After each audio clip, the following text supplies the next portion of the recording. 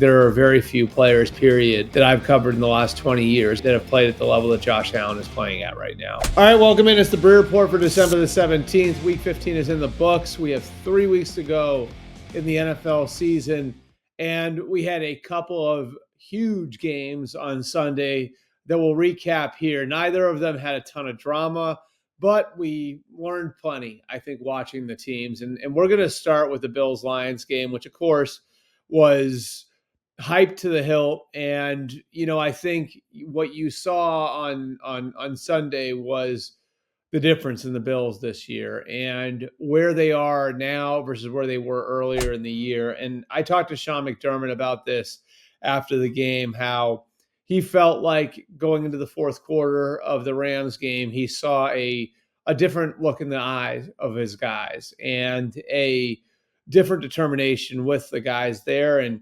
the way I look at it, like I think that this Bills team is different than the last couple because I think you have so many guys on that team that should be ascending as they hit the playoffs. Your Dalton Kincaid's, your Khalil Shakir's, your Keon Coleman's, young guys, Christian Benford's, like you have these young guys that I think are getting better and better and climbing the NFL ladder. And so you have all of that, like in a different look in their eye. And then you have a quarterback who's playing at the absolute highest level. For my money, the guy is the MVP of the league. I think Lamar Jackson definitely deserves notice deserves to be noted in that race. Same thing, Saquon Barkley. But what Josh Allen is doing and the way that he's played over his last 6 quarters is otherworldly. I don't know that I've seen a quarterback play this way, period. Before. The way he's just able to take over games, how he looks like a force of nature, how he's toggling between playing that way and then playing within structure. The way he took advantage of weaknesses in the Lions defense early in that game, throwing to his backs, in particular Ty Johnson, to take advantage of the Lions being depleted at linebacker. We will get to the Lions injuries here in a second. It's just he has it all working right now. It's a guy who is hitting the prime of his career at full speed. I think the case for Josh Allen is similar to the case for Lamar when you're talking about MVP.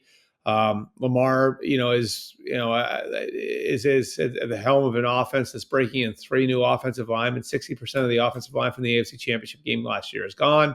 There have been changes staff-wise. The defense, of course, is breaking in a new defensive coordinator. Patrick Queen is gone from that group. The edge rushers turned over, and if your defense isn't quite what it was the year before, losing Mike McDonald and a bunch of veteran players, well, then that's going to put more of an onus on the offense. So Lamar Jackson has been fantastic in carrying the team, and he played great on Sunday. 5 touchdown passes against just 4 incompletions, which is a pretty incredible number. I just give the edge to Josh Allen because they've gone through a similar type of attrition. And right now they're right there in the thick of the race for the number 1 seed in the AFC. We've been over the names before, right? Stephon Diggs and Mitch Morris on offense. On defense, Micah Hyde, Jordan Poyer, Tre'Davious White. Like they've lost a ton of guys in the last offseason. They trusted their ability to develop people the same way that the Ravens did. And when you do that, your big money quarterback has to be a big part of it. And Josh Allen has been a huge part of it. I think there are very few players, period, that I've covered in the last 20 years of covering the NFL that have played at the level that Josh Allen is playing at right now. And I don't say that lightly. I'm excited to see what he looks like over the last 3 weeks of the season. The Bills are a rocket ship right now. If they were going head to head with the Chiefs as presently constituted, I think it'd be hard to pick against the Bills right now, even if that game's at Arrowhead. And with Patrick Mahomes' injury, we'll see whether or not that game winds up being at Arrowhead or not. On the flip side of that matchup, look, like the Lions, it'd be tough not to trust Dan Campbell and his staff to work things out, but it does feel like the injuries are getting to a critical mass. Losing Aleem McNeil was a really bad one. The fact that he's gone now, out with a torn ACL, he was such a huge part of making up for what they lost in Aiden Hutchinson earlier in the year. How does that defensive line group work now? Do they have to lean more on DJ Reader, who's got his injury issues and is a little bit older, Zadarius Smith? It's tough with that defensive line group. The linebacker group has a similar amount of injuries. Now, a lot of the linebackers will be coming back at some point over the next few weeks, but they've had to fill in with guys like Quan Alexander, who they picked up off the street. The secondary is hit with an injury to Carlton Davis, and now you've got an injury on offense that's significant in losing David Montgomery, which could affect how you use Jahmyr Gibbs. So it feels, at least to me, like they're going to have to lean a little bit more on Jared Goff to shoulder more of the load, with the effect that the loss of Montgomery is going to have in the run game, and also the effect that all the injuries on defense will have on the types of games that these guys are playing. Do I think that the Lions suddenly aren't going to make it out of their first playoff game? No. Do I still think they're going to win the Super Bowl? That's a little bit more up in the air for me. Our second topic for today, the Philadelphia Eagles. And, the drama is always high in Philly. And you would have thought the team was 1-13 last week, based on the way that people were talking about them, with the A.J. Brown / Jalen Hurts / Brandon Graham drama.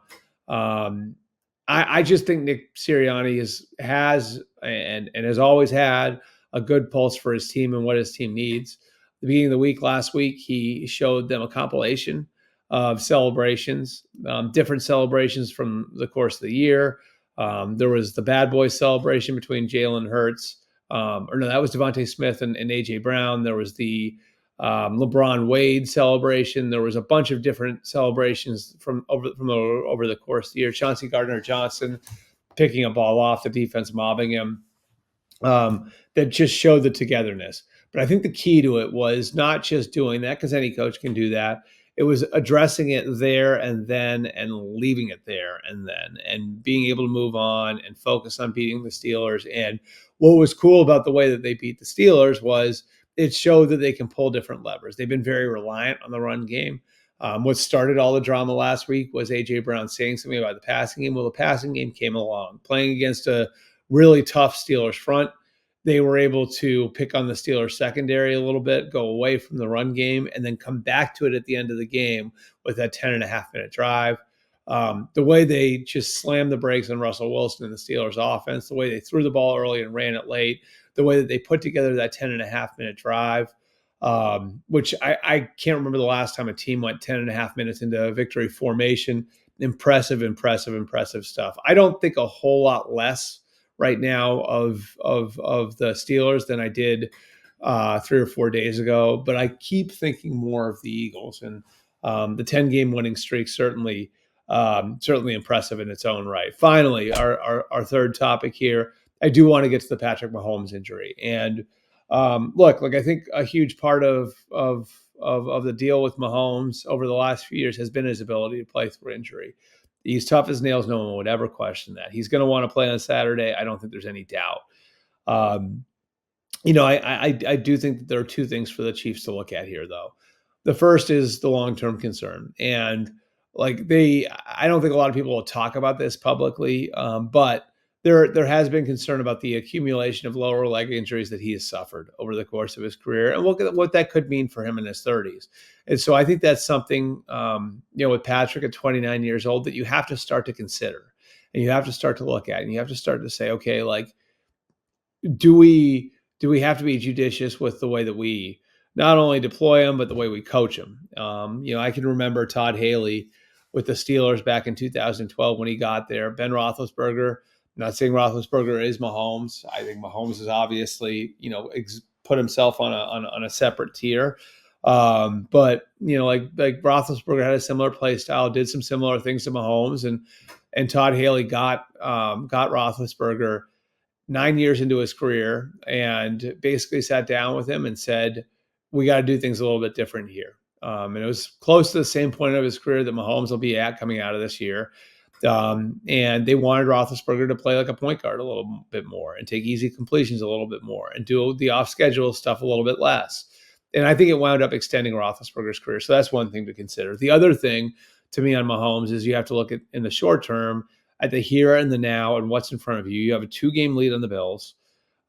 You almost certainly are not going to fall below the second seed.